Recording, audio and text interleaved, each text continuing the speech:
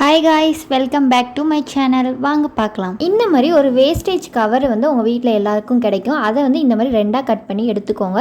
இன்றைக்கி நம்ம வீடியோவில் என்ன பார்க்க போகிறோன்னு பார்த்தீங்கன்னா, மெஹந்தி கோன் பவுடர் இல்லாமல் எப்படி மிக்ஸ் பண்ணுறதை தான் பார்க்க போகிறோம். இந்த மாதிரி 10 ரூபாய்க்கு உங்களுக்கு வந்து கோல்கேட் பேஸ்ட் கிடைக்கும் எல்லாத்துக்கும். அதை வந்து ஒரு கோல்கேட் பேஸ்ட்டை அப்படியே ஃபுல்லாக எடுத்துக்கோங்க. இந்த மெஹந்தி பார்த்திங்கன்னா கையில் போடுறதுக்கு கிடையாது. இது வந்து நம்ம ப்ராக்டிஸ் பண்ணுறதுக்காக தான் வந்து நம்ம யூஸ் பண்ண போகிறோம். ப்ராக்டிஸ் பண்ணுறதுக்கு மெஹந்தி பவுடர் வந்து எவ்வளோ ரேட்டுன்னு எல்லாத்துக்குமே தெரியும்.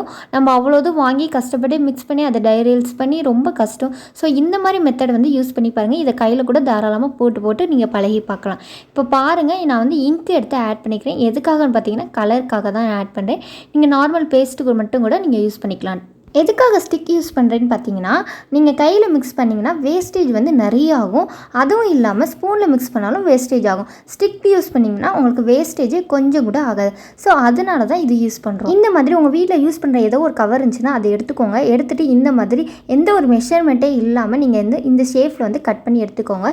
இப்போ ரோல் பண்ணுறது உங்களுக்கு புரியலைன்னா நம்மளோட பேஜில் நிறைய இது எப்படி பண்ணுறது அப்படின்னு சொல்லிட்டு கிளியராக எக்ஸ்பிளைன் பண்ணியிருக்கேன். செக் பண்ணி பார்த்துக்கோங்க. அழகாக ரோல் பண்ணியாச்சு. இப்போ பாருங்கள், பைப்பிங் பேக் வந்து யூஸ் பண்ணாமல் நம்ம வந்து எப்படி வந்து அதில் வந்து ஃபில் பண்ணுறது அப்படின்றத பார்க்க போகிறோம். இது மாதிரி ஃபுல்லாக எடுத்துக்கோங்க. எடுத்துகிட்டு நல்லா பேஸ்ட்டை வந்து வலிச்சுட்டு நல்லா டைட்டாக வந்து ரோல் பண்ணிக்கோங்க. கீழே பார்த்தீங்கன்னா லைட்டாக உங்கள் நெகத்தால் வச்சு ஒரு ஹோல் போட்டுருங்க. லைட்டாக பிச்சு விட்டாலே போதும், அது வந்துடும். இப்போது எடுத்து நீங்கள் வந்து அழகாக ஃபில் பண்ணலாம். பாருங்கள், பைப்பிங் பேக்கை யூஸ் பண்ணாமல் நம்ம எவ்வளோ ஈஸியான மெத்தடில் பண்ணுறோன்னு.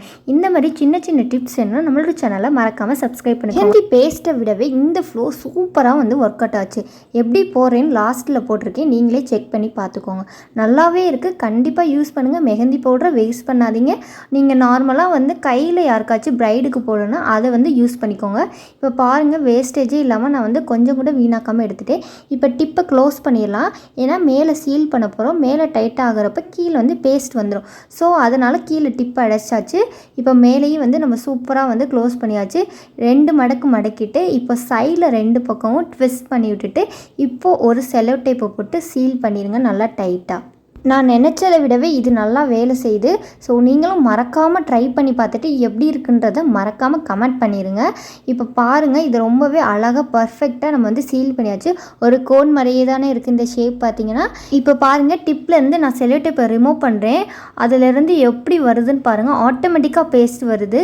இது வந்து பார்த்திங்கன்னா நம்ம பர்ஃபெக்டாக சீல் பண்ணால் மட்டும்தான் வரும். இப்போ லைன்ஸ் போட்டு காட்டுறேன், எவ்வளோ பர்ஃபெக்டாக வருதுன்னு பாருங்கள். சூப்பராக இருக்குது இதோட ஃப்ளோ. நீங்களும் கண்டிப்பாக மறக்காமல் செஞ்சு பாருங்கள். எங்கள் வீட்டு குட்டீஸ்க்கு நான் கையில் போட்டேன். அவங்க பேர் தன்யா. ஸோ அவங்க நேம் எழுதுனே சூப்பராகவே வந்துருந்துச்சு. இப்போ டிசைன்ஸுமே நமக்கு வந்து எல்லாமே பர்ஃபெக்டாக வருது. எந்த ஒரு கொலாப்ஸும் அவங்கள டாட்ஸ் பாருங்கள் எல்லாமே நீட்டாக வந்திருக்கு. அவங்களுக்கு ரொம்ப ஹாப்பி. தேங்க்யூ.